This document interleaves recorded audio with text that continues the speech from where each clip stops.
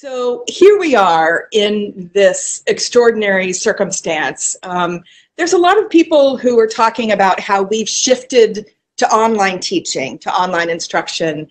And I think a lot of us are really pushing back against that and instead saying that what we've done is this is an emergency shift to remote learning environments. This is not shifting to online instruction. This is very explicitly this emergency shift to a different environment, a kind of displacement, if you will. So you're a professor of emergency management based on your educational expertise and your field experience. What advice do you have for us, Dr. Jones? Okay, thank you so much for having me. So yeah, I've practiced this as a professional for a long time, so I have a little bias on what we need to do.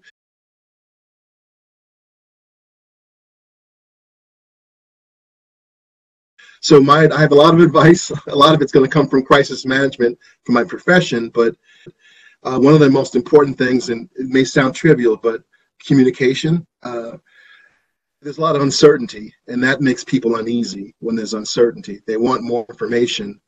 Unfortunately, they're probably, in this current situation, we're getting information from all types of sources.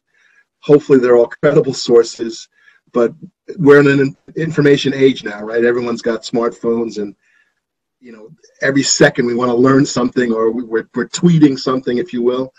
But this is a great chance for universities to learn how to have a good cadence in bringing information to all stakeholders, not only faculty, but students, staff, parents. So I always want to say I'm a kind of a glass half full kind of person, so I look at the opportunities here.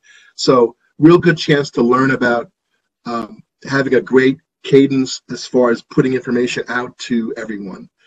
Again, we're all thirsty for information.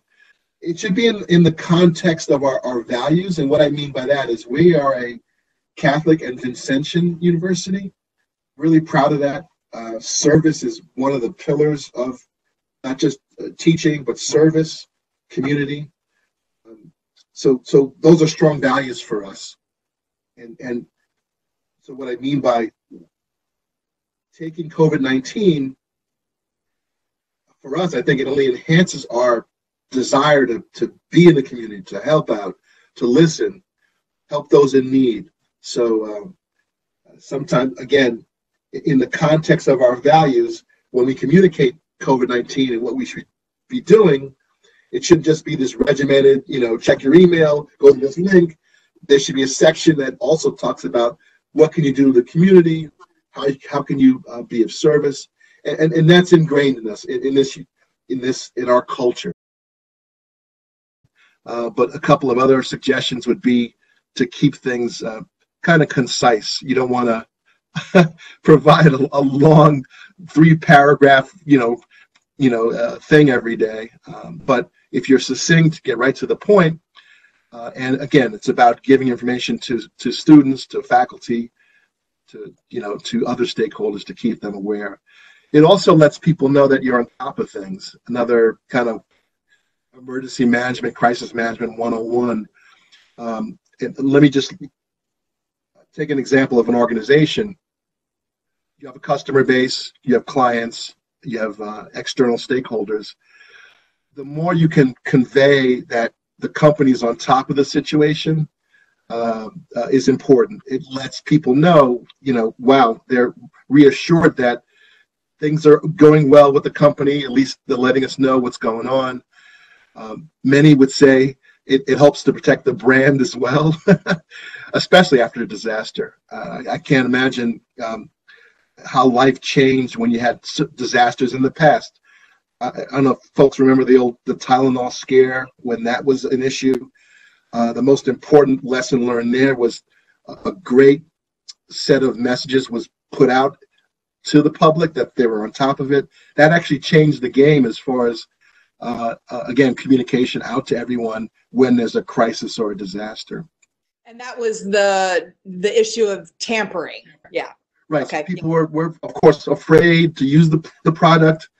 They wanted to get reassured as far as what is the company doing, And they went over and above, making it known that they found they found the root cause, they mitigated what happened, and going forward, that's when the old tamper-proof packaging came into play, and I know people are upset about that, right? Got to rip through 18 things to get to, but again, that's the new normal, right? Whether you have a synchronous, where you're meeting with the students in one Zoom or WebEx session, or if it's asynchronous, I over-communicate now through online, meaning emails. So from a more of an administration standpoint, I support the students by over-communicating. And I want to be aware of everyone's situation, although it's difficult, but I don't just send out communications because, for the purpose of the course, this is due, that's due. I think it's so more important than ever now to have some empathy, right? It's interesting. I'm even saying this. Every communication I send out now, whether it's to a friend, whether it's to a colleague, professional, personal, I think we're now in this mindset of, I start off by saying, I hope you're doing okay. We're genuine about it now. I think we're not just saying it as a signature block. I hate to go there. I think we say it because we mean it, because we feel it, and we're living through it. So support students with communication. I like to give them a lot of resources, links. The university's done a really good job of, if you need help with this, financial, having health issues, and just to be honest, if you've come down with the coronavirus, here's another link to a set of resources or different hotlines to take advantage of. So I support the students not just with the coursework and the assignments, but I want to give them, those other avenues, or those other resources that they can tap into.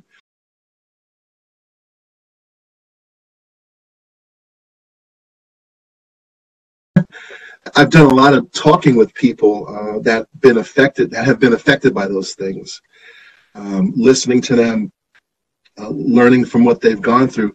I think as faculty, as professionals, we have to be aware that everyone has different circumstances, different situations. I think sometimes we put everyone in one bucket, if you will. There's some of my students are being challenged now because they don't have internet access at home. So I got to be aware of that. So it's interesting because all of those disasters were so unique. Like for Sandy, a lot of students struggled because they were they had to leave their homes. They had to find shelter elsewhere because they were directly impacted. So that was not a challenge, but I was cognizant of that, to be mindful. A lot of times those students wouldn't be able to make certain assignments or due dates. I had to, relax the rules and some of the deadlines for them. Can you tell us what people are going through, knowing that everyone's circumstance is a little different, but can you share with us, what your understanding is about what happens in crises like this to the individual people? What are they feeling? What are they worried about? What are they able to do? What are they not able to do? Well, many times people, it's interesting, they kind of internalize things. Here's a huge disaster that's happening. They have no control over the disaster, none. But yet, some feel, how do I say this? A lot of times they feel, internally they feel scared, number one. That's one of the first feelings. Two, with all that's going on that I have no control over, how do I manage just getting through this, right? If they're already impacted by it, whether it's, socioeconomic or financial or what have you, I would say there's even a deeper burden, if you will. Interesting enough, I'm actually in the process of writing a book about just this. I'm looking at race and ethnicity and the disparities that occur during disaster response and recovery. And of course, Katrina is probably one of the larger, events, if you will, or disasters that I'm going to draw from. So I hate to say this, but folks that are already behind the curve, already, desperately trying to make just make things, to make it through just a general day or just a normal situation, take on that additional burden when there's a disaster, and those that have the resources and can get through it, I just think it just another kind of burdensome situation for those that are less fortunate. But I will say this, some of the most resilient people that I know are because of just that. They have this, I don't want to say constant, but continual fight or struggle just to make ends meet, or just to be able to put food on the table, to be able to get their sons and daughters through school. And on top of that, you'd layer this disaster on top of it. So I want to say that there's some creativity and innovation here as well, because you got to do what you have to do. I mean, kind of a blunt statement. Do what you got to do to make things happen. So definitely feeling sometimes despair, feeling scared, not knowing what's going on. Like, wow, I'm not aware of things. Sometimes there's situations where they're not even getting the information that they need. And there's other mechanisms, other issues there. If they're not fully equipped to get information, do they have a computer at home? That may sound really trivial, but there's large amounts of population that don't have a computer at home or internet. So right now, engaged. And right now, that technology is like food and water and shelter in a sense. Yeah. Yeah, that's a good point. That right now is just as important as, like you said, food and water as your local ISP, right? Internet service provider. Please don't go down, because we have nothing now.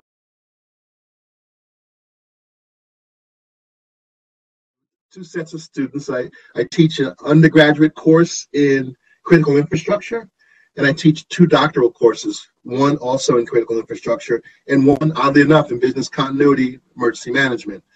So to answer your question, very spirited discussions, a lot of engagement at the doctoral level. And I have to say, these are professionals, whether it's in law enforcement, one works within healthcare, I have intelligence, professionals. So as I present the content around business continuity emergency management to them, the course content, they are applying their, from what they read, they're answering the questions, but they're going one step further, which I think is really valuable, is that they're bringing in and identifying real life examples on how this is affecting them, not only professionally, some have talked about it personally as well, which can be a little difficult to, kind of put yourself out there, but it's such an engaging group, the cohort, that they feel comfortable in doing that.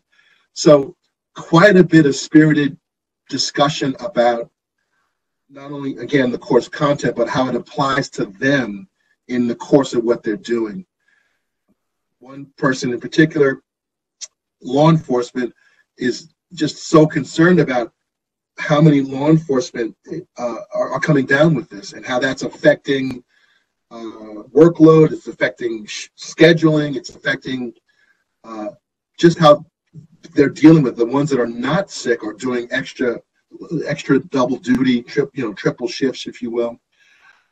But the concern, and I've seen this in some of the writings, the concern is after this is over, the post-traumatic stress that's going to happen to that particular set of folks. So teaching this particular topic and subject, and we're going through this at the same time, it's just elevated the engagement from students from a personal and professional level. I have to be honest. I always look to that personal side. How is it affecting students? And I'm guarded because I don't want to put students on the spot, especially when they're in a classroom. I always preface it by saying, if you feel like talking about this, you can, but almost every one of my students has been definitely affected by Sandy because of the location of our college, our university, and where they live in proximity. I teach in Staten Island, New York now, which I have to say was one of the more devastating and impactful locations around Sandy. So every single student it affected them in some way. Some feel okay about talking about it, and so I encourage it from students. Personally, I have no problem in talking about how this has affected me personally, and I always chime in initially with that, and sometimes that gives them, some incentive to talk about it. They feel good about talking about things, but especially in these types of courses, emergency management, business continuity, disasters, the courses, the content, the subjects become real because we always leverage and we always point to real life events where we talk about, how this has affected people, how has it affected communities, the haves and have-nots, the disparities. I mean, we can't not talk about those things as well, because we're trying to build that next, practitioner. So I like to weave in emotional intelligence, being empathetic, listening better. It's okay to have personal feelings about this. And I think that builds a better emergency manager in the end. So I encourage students to talk about it. You talk about things. I don't force them, obviously. But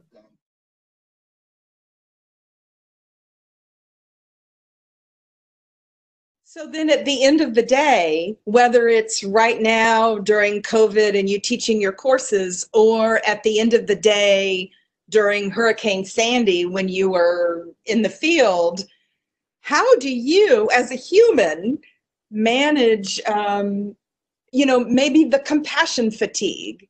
it's a good question. It is difficult. I will say this. I'm passionate about this. I've been personally impacted by these things. I've done this work in organizations, helping the organization survive.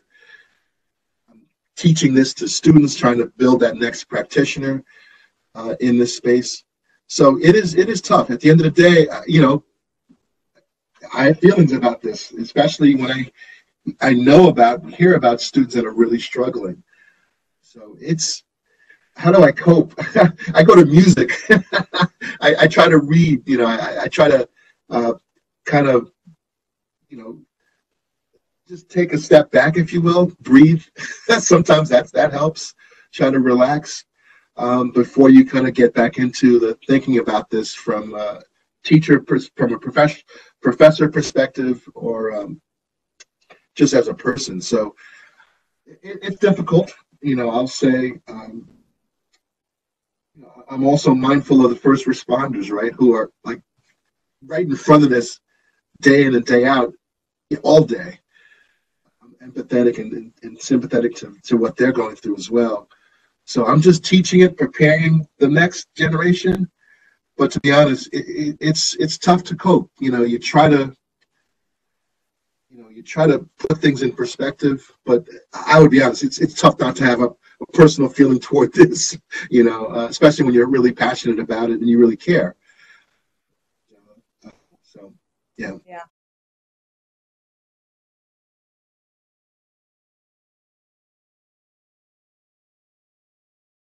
A lot of times in academia, public safety or other entities within the university handle these types of things. So your point is a good one. This was a emergency situation. We were all thrust upon this, pretty quickly, and had to make some really tough decisions about teaching in the model because of what was going on.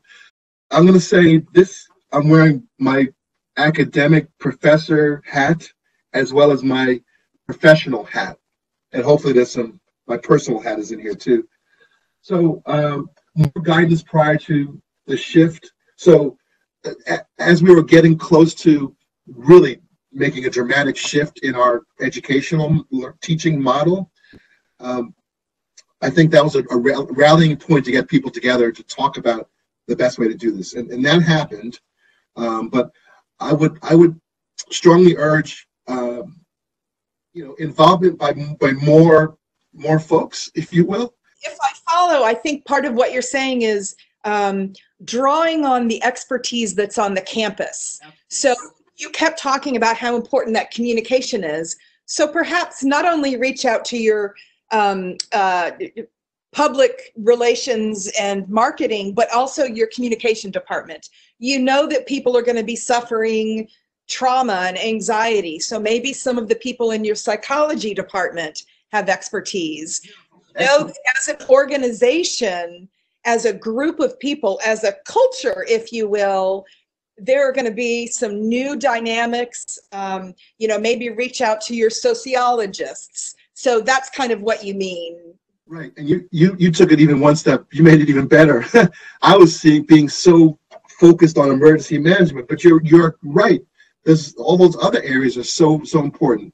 Now again, maybe that happened, maybe I didn't. I don't know, but I would say definitely, like to your point, embrace those that have those other skill sets and expertise. That's very important.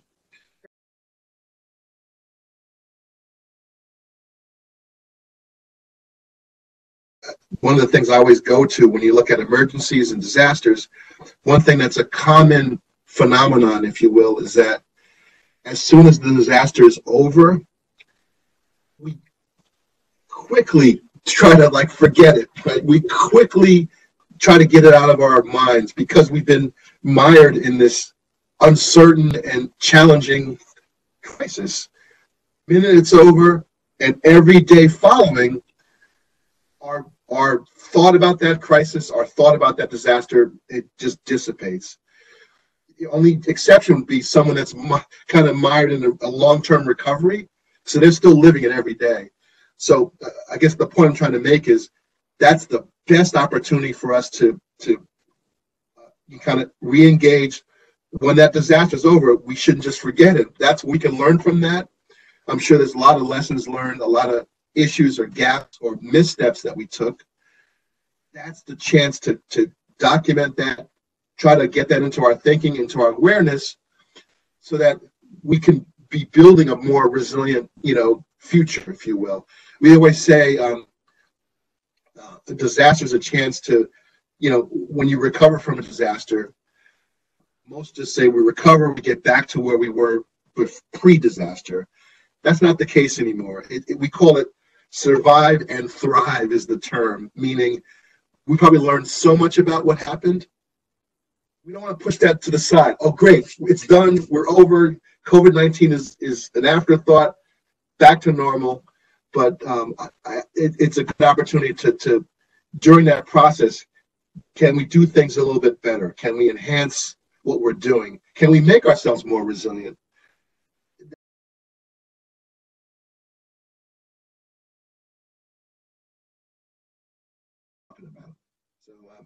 It sounds like one of the lessons I'm going to take away from this is that under